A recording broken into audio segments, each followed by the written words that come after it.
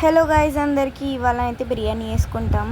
ఒక అక్కనైతే కామెంట్ పెట్టింది బిర్యానీ వేయమని. సో ఇవాళ బిర్యానీ అయితే వేసుకుంటున్నాం. సో మసాలాలు ముందు మనం మంచిగా వేయించుకొని వీటిని గ్రైండ్ పట్టేసుకోవాలి. తర్వాత ఒక కడాయి పెట్టుకొని అందులో ఆనియన్స్ వేయించేసుకోవాలి బ్రౌన్ అయ్యేదాకా. సో ఇందులో చికెను, పుదీనా, పెరుగు, ఉల్లిగడ్డలు, మిరపకాయలు, ముందు పట్టిన పొడి, ఉప్పు, గరం మసాలా అన్నీ వేసుకొని మంచిగా కలుపుకోవాలి. దాని తర్వాత ఇంత నిమ్మకాయ రసం పోసుకోవాలి. మంచిగా మ్యారినేట్ చేసుకోవాలి. దీన్ని చేతులతో చేసుకుంటా మళ్ళీ మించులు ఆయిల్ పోసేయాలి. కొంచెం కలర్ కోసం కారప్పొడి పోసేయాలి. తర్వాత 1 kg బియ్యం తీసుకున్నాం మేమైతే చికెన్ కోసం అయితే. సో ఇవి మంచిగా కడుక్కొని పెట్టేసుకోవాలి.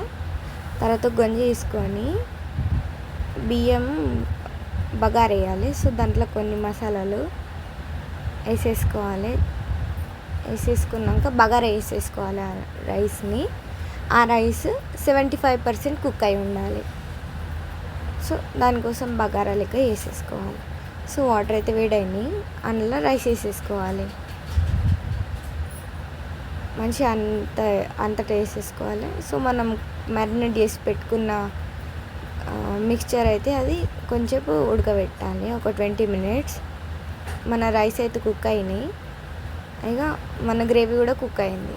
ఇక అందులో కొంచెం కొత్తిమీర వేసి అన్నంతో లేయర్ వేయాలి. ఇక మంచిగా లేయర్ వేయాలి.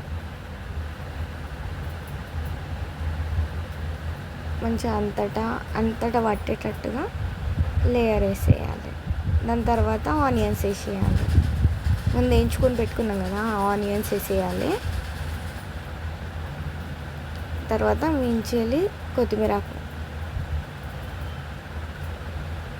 మళ్ళా గ్రేవీ తీసి పెట్టుకున్నామైతే అది కొంచెం మించేలి వేసేసుకోవాలి.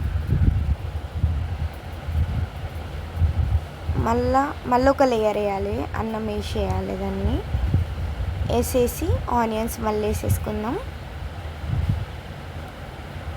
మంచిగా వేసేసుకోవాలి ఆనియన్స్తోనే టేస్ట్ వస్తుంది. సో దాని తర్వాత కొత్తిమీరకి వేయాలి. మళ్ళా అంత వేసి మళ్ళీ గ్రేవీ కొంచెం అంత ఉండే, సో అది కూడా వేసేసినాం మొత్తం. దాని తర్వాత కలర్ వేసేసినాం.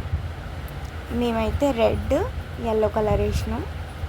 మీకు ఎంత పడుతుందో అంత ఏ కలర్ పడుతుందో అది వేసేసుకోరి. సో ఇదైతే రెడీ అయింది. ఒక 20 minutes పెట్టేసుకోవాలి దమ్ మీద. సో మన బిర్యానీ అయితే రెడీ. మీరు కూడా వేసుకొని చెప్పుర్రి ఎట్లుందో.